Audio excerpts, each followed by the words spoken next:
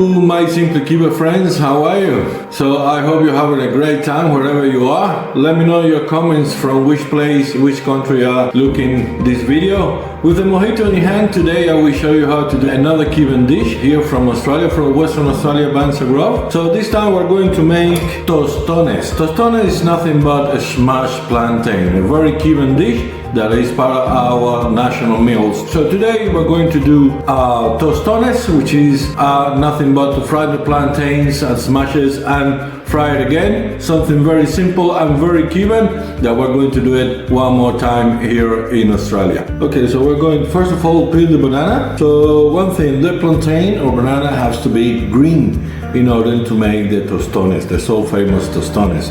It cannot be ripe, but 100% green. So we're going to peel the bananas. This time I'm going to use a knife, but if you prefer you can use a peeler. Remember, safety first. This Cuban dish, which is excellent not only as a snack, but also it can go with your meals. And for doing the tostones, we're going to cut it into a small but thick pieces, like this. And after that, we're going to jump it into the frying pan. Okay, my friends, here we are. When we got, only see when they are yellow. So we're going to take it out. And after that, we're going to smash it. The Cuban way? We can use the Cuban way and the Aussie way. So we're going to use both. So the Cuban way, as also I said, is using this a coffee maker or a cafetera, as it is mentioned in Cuba, cafetere in Italian. So we got it here, smash it and become like a smashed plantain, just ready to be a tostone just in a couple of minutes. So I'm going to smash it. This is the Cuban way, but if you want to use the Australian way, of course, then we're going to use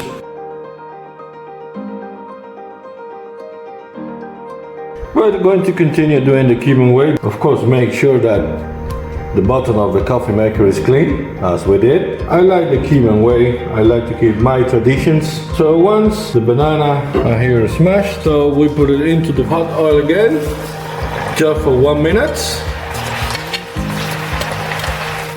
After a minute or less, and they are these dark yellow, we take it out. Use some of this paper to get rid of the oil, and now our famosos tostones are ready. If you want to spice it up, you can use paprika and of course pepper.